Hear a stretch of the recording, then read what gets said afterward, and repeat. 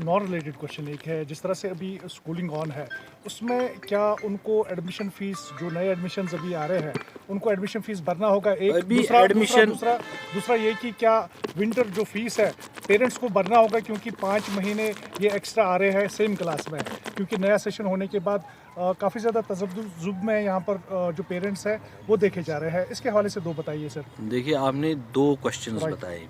एक क्वेश्चन ये बताया कि एडमिशन फ़ी हमें भरना है, नए एडमिशनों का फ़ी भरना है।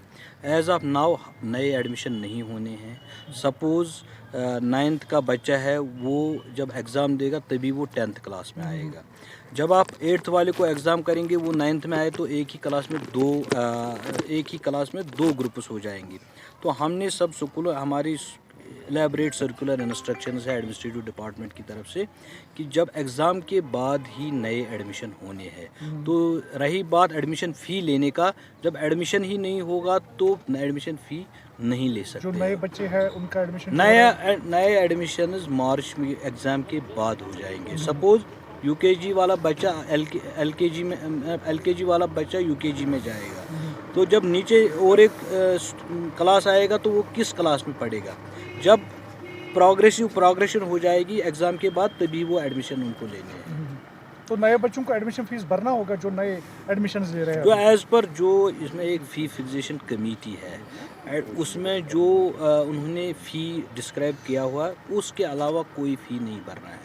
What has been done by the fee fixation committee, वही फ़ीस देना और कोई फ़ीस नहीं लेना है। उसके लिए बाज़ाब्ता फ़ी फिक्सेशन कमेटी के ऑर्डर्स पहले ही आ चुके हैं। सर, तो विंटर फीस जो है वो भरना होगा अभी पेरेंट्स को? विंटर में देखिए, विंटर में आप बच्चों को टीचर्स को सैलरी देनी होती है।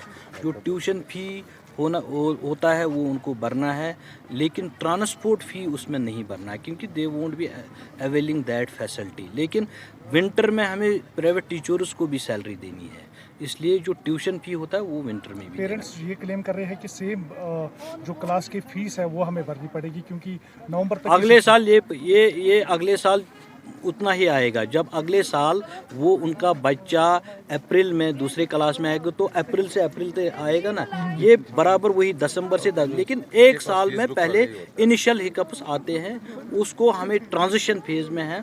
जब वो ट्रांजिशन हो जाएगा तो ये सारा क्लियरिटी उसकी। सर, मेरे 2 सवाल है आपसे। पहला सवाल मेरा, कल ही एक नोटिफिकेशन जारी की गई कि कोई भी सरकारी टीचर प्राइवेट ट्यूशन नहीं कर सकता है। तो फॉर इंस्टेंस अगर किसी